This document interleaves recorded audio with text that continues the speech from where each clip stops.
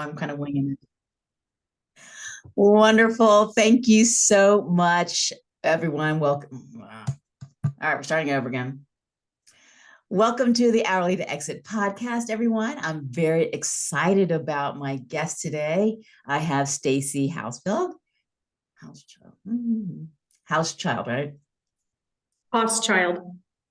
Oh my goodness. Hauschild. Hauschild. Mm-hmm. Okay. All right, here we go.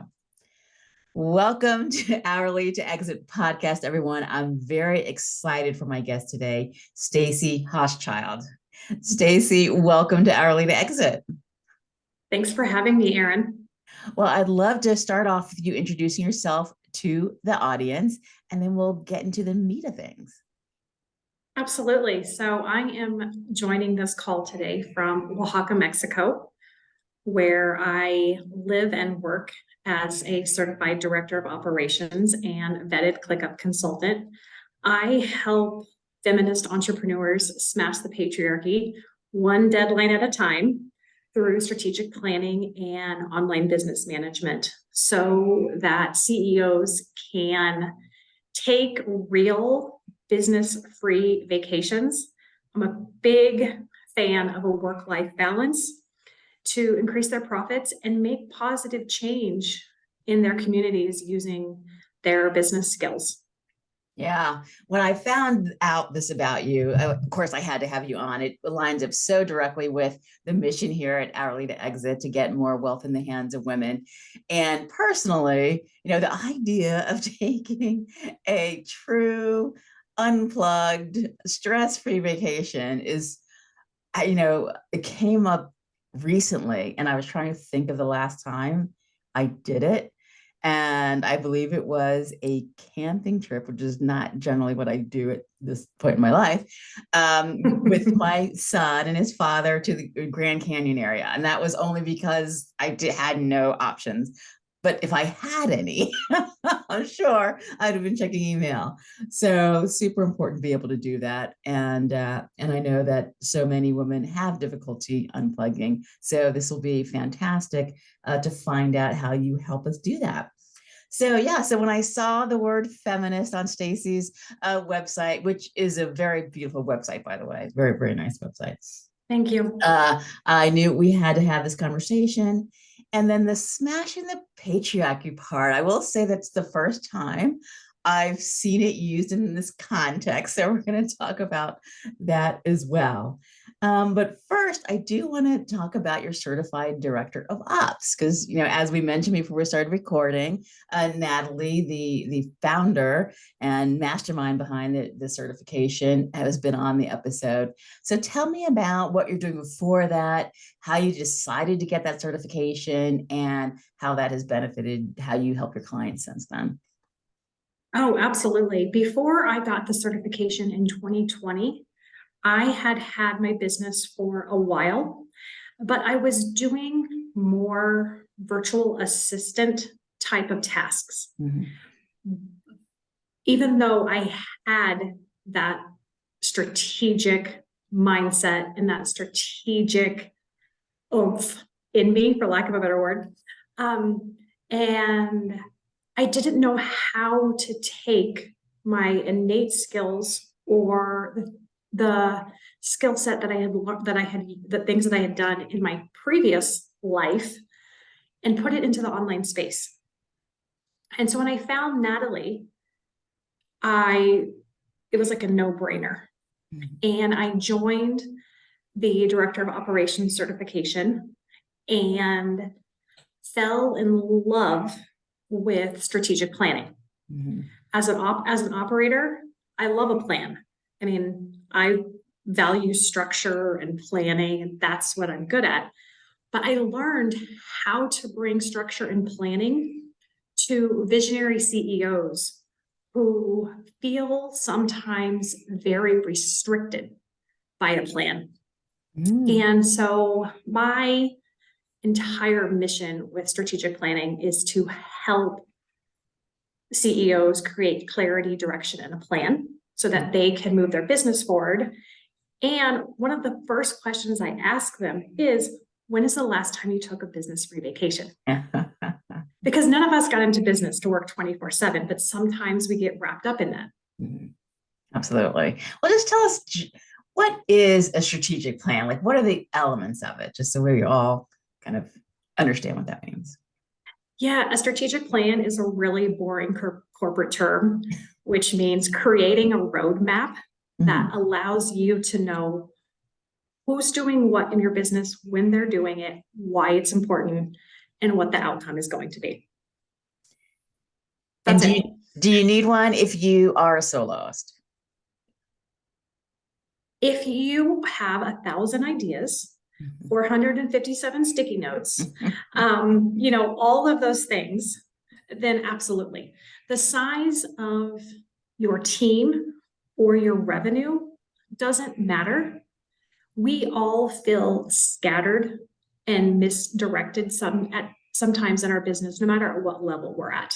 Mhm. And we can come in and assess what's working and what's not, and put a plan in place that allows you to move forward in a way that does not feel overwhelming. Mhm. Yeah, that is so true. I am generally a soloist. Sometimes I have an assistant in-house, and sometimes uh, outsourced.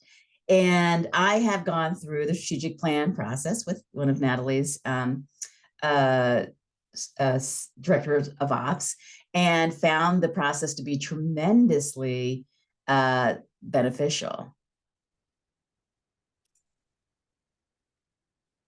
So I am a solopreneur, although I have had assistants both in-house as employees and also using virtual assistants, and have been through the strategic plan process with a certified director of ops, certified by Natalie, and it's Okay. tremendously beneficial. I mean, I honestly didn't think, like, it's just me, like, what? And it really is so beneficial to have. And when someone, and we'll talk about this, honestly, whose brain works so differently than mine, when looking at your Colby's and your Myers-Briggs and your Enneagrams and all the other things, and do that structure, it's because I've been structure free. I mean, it's easy to kind of hobble along fine without a structure, and but it is truly eye-opening once you have that strategic plan in place. So yeah, so I did want to mention your assessment. So how does that play into wanting to be a director of operations, and how you work with your clients?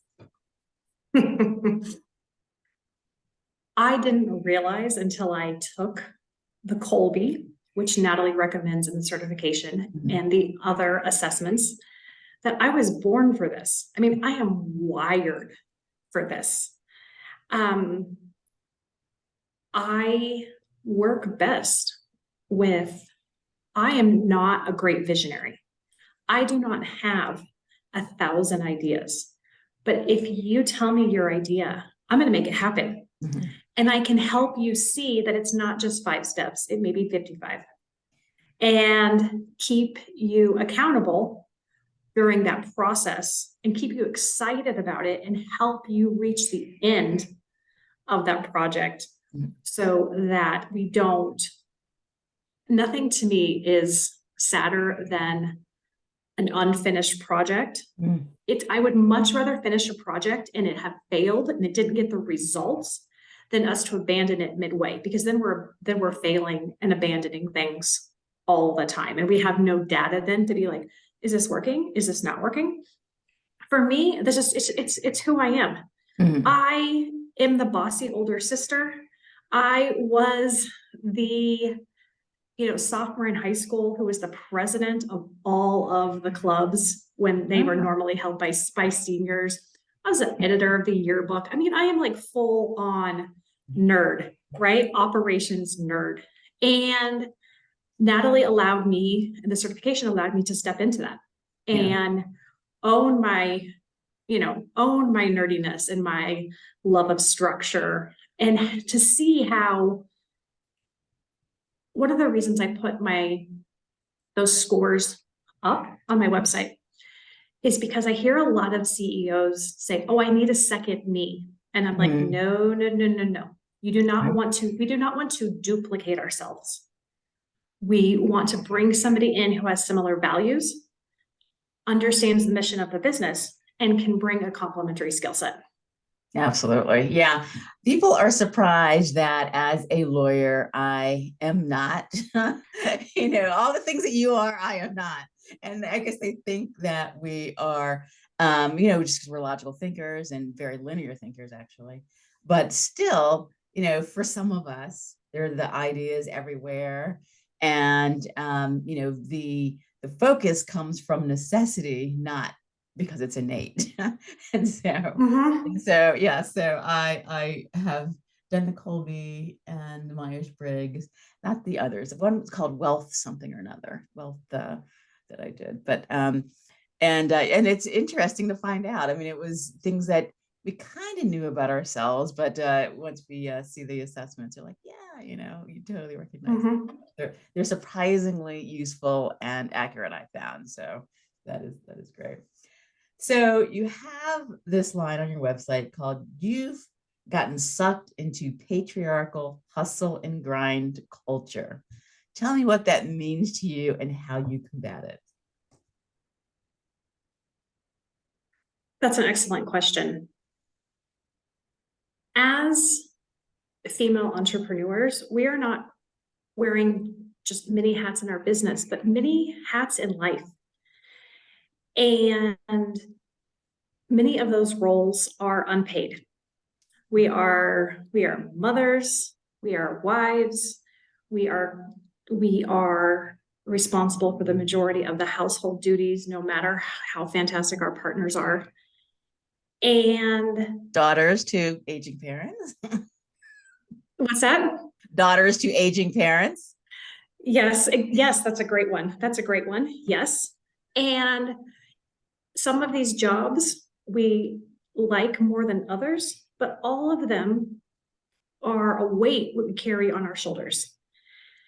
And I want to help female entrepreneurs make business easier and to support their lifestyle and to have the freedom to say no if something does not align to the core values that we find in their strategic plan. To make space and create boundaries for what they want to be doing and feel confident saying no to those things they don't want to do. What was really interesting is yesterday I was doing a strategic planning session with a husband and wife team. And my strategic planning sessions are one-to-one. So it'd be like you and me, right? But if they have a stakeholder in the business, then I bring both people on. And this woman is a DEI consultant. Mm-hmm. And when we got to the professional development aspect, he said, I'm not worried about the professional development for my wife. What I would like for her to do is take some time off. Mm-hmm. And he stepped up and said that. And he said, she grinds and she grinds and she grinds. And we're building this business together. But I want her to I want to schedule her a 3-day retreat every weekend where she goes away and just takes care of herself because she's doing so much, building this business, helping the family. And I was like, he gets it. Yes.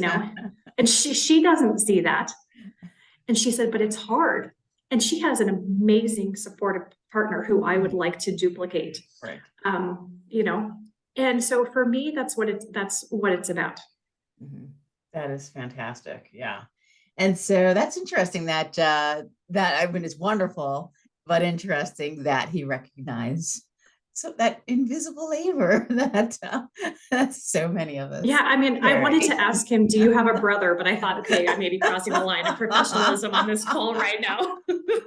Like after you get them set up, then you might want to circle back on that one. Exactly. One last thing now that we finished our time together.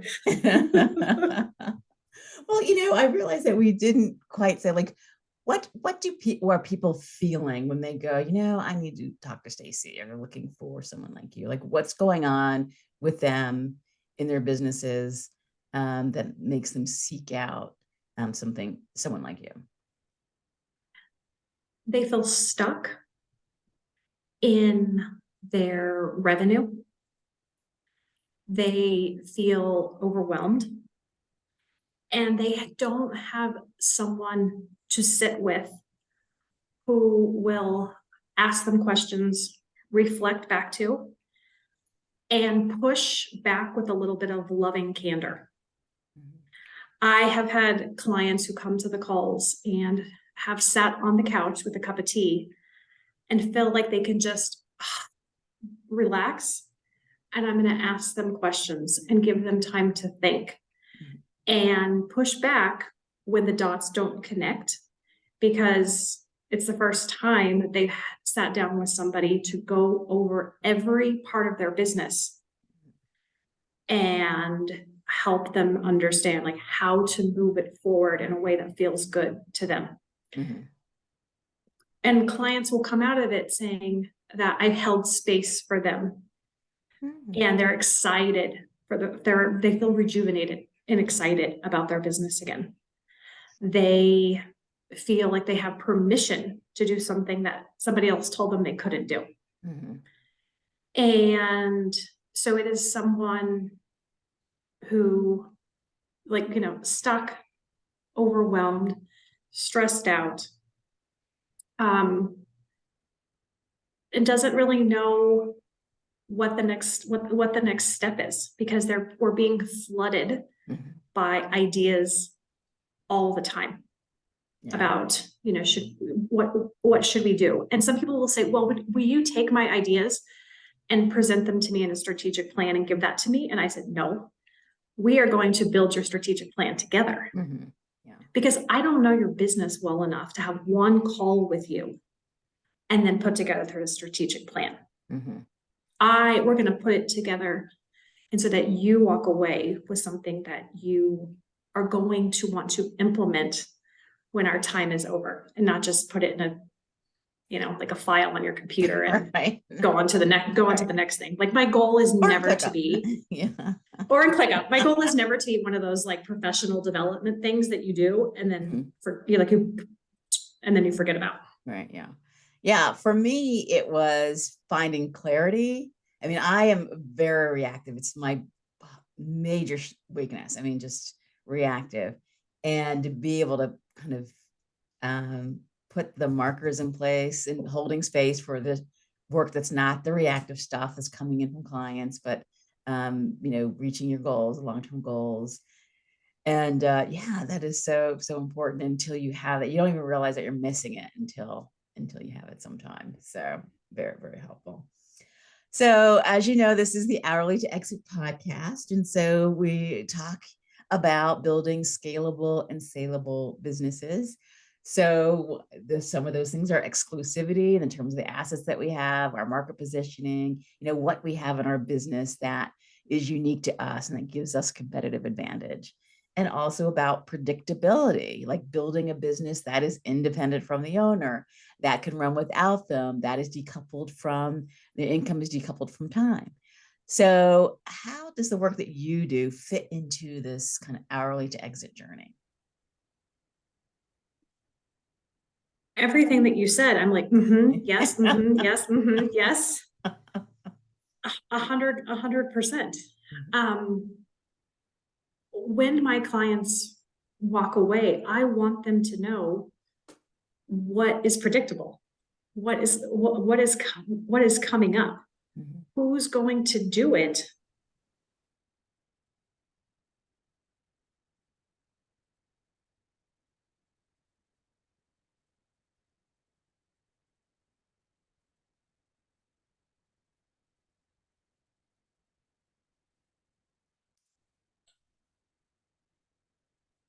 You there?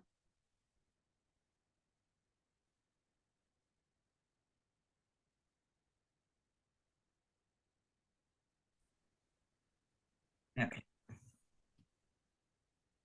So everything that you just said about the hourly to exit journey, I'm going, mm-hmm, mm-hmm, mm-hmm. I want my clients to walk away with a sustainable and predictable plan that tells them what they're going to do in what quarter, and that it's not a random activity. It's an activity that supports their business goals and also their lifestyle goals. Who's going to do it so that they don't feel the pressure to be responsible for everything? And so that the team member knows, okay, this is also coming up for me on, in Q2 or whenever we've decided to do this. If there's not somebody on the team, do we need to look and think about hiring a contractor so that that person can do that? And for me, the plan is exactly, it is the predictability, it is the stability. And it provides that just rooted feeling in the business so that you have clarity and not chaos. Love it. Yeah, absolutely. So important. So important. So I like to say this is a very meta podcast. So where we work with female founders of expertise-based businesses that hopefully want to sell their business someday. So my question for you is, are you working to sell your business someday?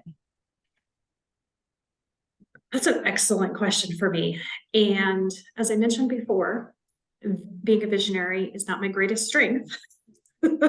Implementing other people's businesses are. I think at this stage, I am in the scaling stage because I just did a huge pivot 2 years ago. Mm-hmm. Like I am finally doing what I should have been doing 5 years prior, right? And so I'm in that scaling phase and I'm getting ready to bring on some new hires in 2023, according to my own plan. Wow. So I'm not thinking about selling it right now. I am not great at thinking 5 years in the future. Again, not a visionary, right? My safe zone is about 12 to 18 months. And so right now I'm thinking, right? I mean, that's what works. That's what works for me. And that's why I tell my clients, like, let's talk about a vision in any time that doesn't scare the crap out of you. Like I'm flexible. Like if you're a 5-year person, great. If you're a 1-year person, let's work with that, right? So I think I am in the scaling phase of my business, which I have to be honest, 7 years ago, I would have never thought that I could be in the scaling phase of business. Mm-hmm. But I kept going and here I am. Yeah, that's so true. I mean, there are a lot of women in particular who start their businesses, especially expertise-based businesses. They come out of corporate or another environment and they start doing what they were doing for their clients. And they're not thinking about scale at all. They're just, I'm the expert. I use my expertise to help my clients. They pay me. It all works. That's fantastic. And scaling is nowhere on there. You're the expert. How do you scale, being the expert? But we get to, and lawyers are definitely guilty of this, and I'm guilty of that in particular as well. And until you get to a point where you start to think about kind of long-term, greater impact, you've hit that ceiling, what next? Or you want to kind of work at a higher level, like not just maybe at the implementation level, but at the strategic level.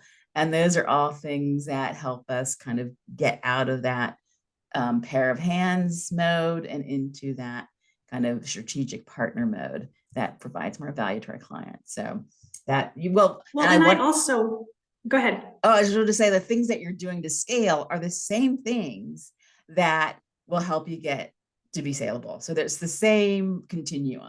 So keep doing the things to scale and you will get to that point where when you're ready. Yeah. Well, I also want to practice what I preach. Mm-hmm. I have not been working overtime the last 2 years. Like I have not. I know my limits. I know that I need rest. And probably 2020 was a good time to pivot because I couldn't really go anywhere anyway, given the pandemic and whatnot, but I want to practice what I preach. Mm-hmm. And I have, for the first time in the last couple of months, I have a waiting list. And mm-hmm. It's like, okay, I'm very much realizing that everything is dependent on me. Mm-hmm. And I don't even, aside from wanting to practice what I preach, I just want to do what's right for me as well, and not feel like the business is a burden. Mm-hmm. Right. That is fantastic. So finally, we talked about the mission that we both share, the mission to help women and get more hands in the wealth in the hands of women. And so I'd love to find out if there is an organization or a person who's doing work that supports women, in particular, helping them become more independent and economic justice, that you'd like to share with the audience. I have been an advocate for and a follower of Planned Parenthood for America for years. Mm-hmm. And I'm sure most of us, if not all of us, are familiar with that organization, but that is an extremely important one to me. And I mean, especially for my business and the values that we lead with. Yeah, I mean, who would have thought how it's always been important, obviously, because it's not just for all sorts of reproductive health care is always been important, but that we'd be where we are today and defending its very existence is sad to me. And so I do hope that it will make it onto people's contribution list. Very important work that they are doing. Yeah, I hope so too. I went to Planned Parenthood in high school, and I was from a small town in Western Kansas. I went to Planned Parenthood in high school. I did not feel comfortable, going to my mother. Mm-hmm. And I moved away from Western Kansas 20 some years ago, and I have watched like the Kansas map and the locations Mm-hmm. where Planned Parenthood used to be just diminish Mm-hmm. over time. Mm-hmm. Yeah, and the need is still there. Yeah, absolutely. So to switch gears, so anything exciting happening in your business that you'd like to share with the audience? Well, now that you mention it, something new that's popped up is that my team and I are starting to offer podcast pitching services to people like me who do not have their own podcast, but who want to be on podcasts. Mm-hmm. That's been an accidental service that has popped up, Mm-hmm. an accidental need that we found. Just like there are many steps to producing a podcast, there are many steps involved in connecting with the podcast host and getting on getting on a podcast, Right. before and after the actual episode. Yes. Yeah, we're rolling that out in 2023, which is a surprise to all of us. I think the big surprise is that 2023 is around the corner. That's what keeps getting me. As well. Yes, as well. Well, that's fantastic. And so where can they go to find out about your new offering and find out more about you? You can find us at stacihauschild.com. Very, very nice. Well, thank you so much for being here and sharing your wisdom with us. I think the work that you're doing is fantastic. And we didn't even talk about ClickUp, because I do use ClickUp in my business too, by the way. But and it is so important. And even I do want to emphasize that even for those of you out there who are solopreneurs, having a strategic plan is still super important part of your business and moving forward in building a business that can scale and hopefully sell someday. So thank you again, Staci. Thanks for having me.